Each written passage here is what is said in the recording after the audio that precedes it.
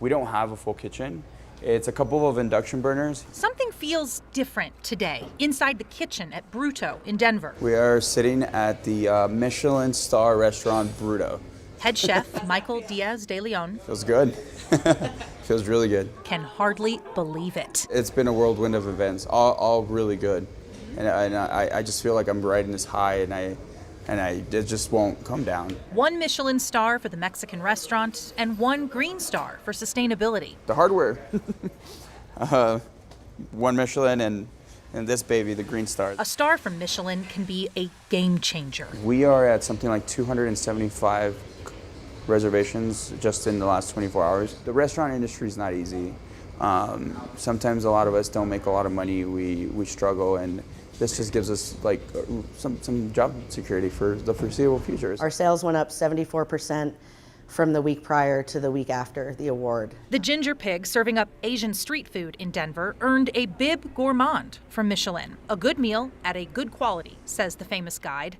Chef and owner Natasha Hess says things got busy fast. Yeah, I was thinking about 7 years ago we started as a food truck, and just I could have never imagined this. It's not like my dream came true. I never even dreamt this. This is so far beyond anything you could ever dream. Both restaurants took a risk, opening in 2020.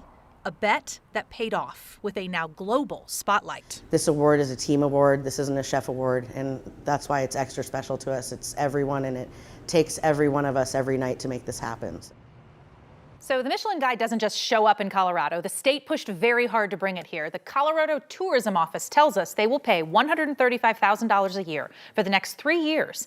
And the New York Times had a story out this week saying that individual tourism boards, like Denver, also contributed somewhere in the range of up to 6 figures. So there is movement behind this. There's money behind this too. Yeah. It doesn't come without controversy. Right. We were talking about, we've covered this here. I mean, there's some controversy, not to dismiss these well-earned honors Absolutely. for these chefs. Yes. But others were ignored.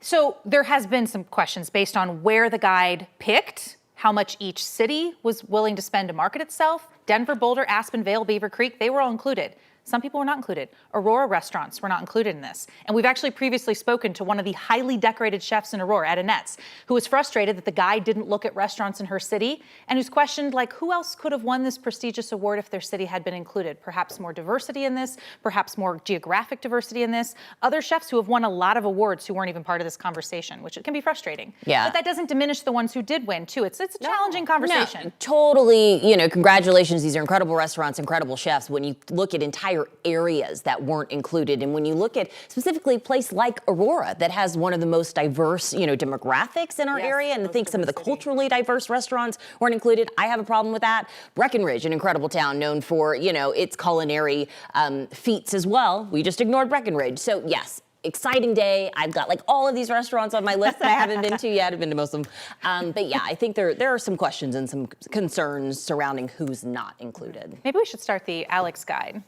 Well, you decide. Actually, Jenny, I have been thinking about that. But both of you are big foodies, so We like to eat, So what yes. this means is, this means for those of us that aren't great at planning, if we want to go there, we better decide like 3 months in advance. Well, to seriously. these places. Many of these restaurants do take reservations, but some of these, the second place I talked to today, the Ginger Pig, they don't do you're going to sit and wait for a minute, but maybe not for long. So some of these are a different level of approachability, affordability, right? That's kind of part of the deal. There are restaurants who won purely because they are really good and they're affordable.